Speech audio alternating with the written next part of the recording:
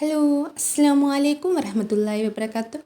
അപ്പോൾ നമ്മളിന്ന് രാവിലെയും വൈകുന്നേരമൊക്കെ ചെയ്തെടുക്കാൻ പറ്റുന്ന സിമ്പിളായിട്ടുള്ളൊരു പാൽപ്പത്തിരി റെസിപ്പിയാണ്. അതിന് വേണ്ടിയിട്ട് 1.5 കപ്പ് അരി വെള്ളത്തിലിട്ട് വെച്ചിട്ടുണ്ടായിരുന്നു തലേന്ന്.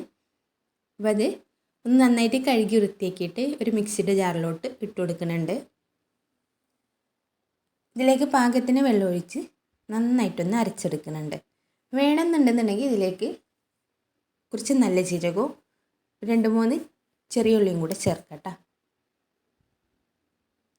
എനിക്ക് വേണ്ടാത്തതുകൊണ്ട് ഞാനത് ചേർത്തിട്ടില്ല. ഇനി ഇത് 2 ബ്രഷ് ആക്കിയിട്ടാണ് ഞാൻ അരച്ചെടുത്തിട്ടുള്ളത്. അരച്ചത് ഇതേപോലെ ഒരു പാനിലോട്ട് മാറ്റി കൊടുക്കുന്നുണ്ട്.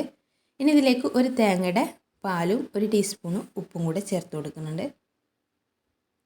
ഇത് രണ്ടും നന്നായിട്ടൊന്ന് മിക്സ് ചെയ്തിട്ട് നമ്മൾ സ്റ്റൗവിൽ വെച്ചിട്ട് ഇതൊന്ന് ചൂടാക്കി എടുക്കുന്നുണ്ട്. ഫുൾ ഫ്ലെയിമിലിട്ട് നന്നായി ചൂടായി വരുമ്പോൾ ഫ്ലെയിം ഒന്ന് കുറച്ച് വെച്ച് കൊടുക്കട്ടെ. എന്നിട്ട് നന്നായിട്ട് തന്നെ ഇളക്കിക്കൊണ്ടിരിക്കണം.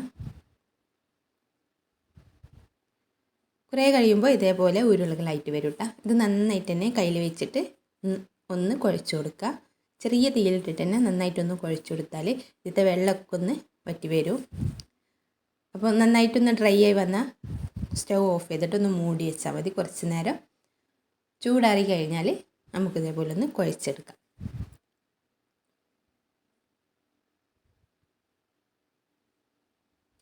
അതുപോലെ നന്നായിട്ടൊന്ന് കുഴച്ച് കൊടുത്തിട്ട് ഇതേപോലെ ഉരുളകളാക്കി എടുക്കാം. വലിയ വലിയ ഉരുളകളാക്കി എടുക്കട്ടെ. എന്നിട്ടിത് കോയിൽ വെച്ചിട്ട് നന്നായിട്ടൊന്ന് പരത്തി കൊടുത്തിട്ട് ഒരടപ്പ് വെച്ചിട്ട് ഇതൊന്ന് ഷേപ്പ് ചെയ്ത് കൊടുക്കുക. ഇതുപോലെ കട്ട് ചെയ്ത് ഷേപ്പ് ചെയ്തെടുക്കുക. ഇനി ചൂടായി വരുന്ന എണ്ണയിലിട്ടിട്ട് പൊരിച്ചെടുക്കുക. ഒരു കയ്യിൽ വെച്ചിട്ട് ഇതിൻ്റെ മുകളിലൂടെ ഇങ്ങനെ എണ്ണ ഒഴിച്ചു കൊടുത്താൽ നന്നായിട്ടൊന്ന് പൊങ്ങി വരും കേട്ടോ. അപ്പോൾ ഇതാ നമ്മുടെ പാൽപ്പത്തിരിയൊക്കെ ഇവിടെ റെഡി ആയിട്ടുണ്ട്. ഇതിലേക്ക് തേങ്ങാപ്പാലാണെങ്കിൽ അങ്ങനെയും കഴിക്കാം. പിന്നെ ചിക്കൻ കറി ഉണ്ടെങ്കിൽ അതും കൂട്ടി കഴിക്കാം കേട്ടോ.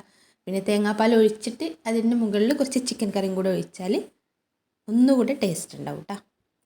അപ്പോൾ വീഡിയോ ഇഷ്ടപ്പെട്ടാൽ ഒന്ന് ലൈക്ക് ചെയ്യാനും ഷെയർ ചെയ്യാനും കമൻറ്റ് ചെയ്യാനും പിന്നെ സബ്സ്ക്രൈബ് ചെയ്യാനും മറക്കല്ലേ.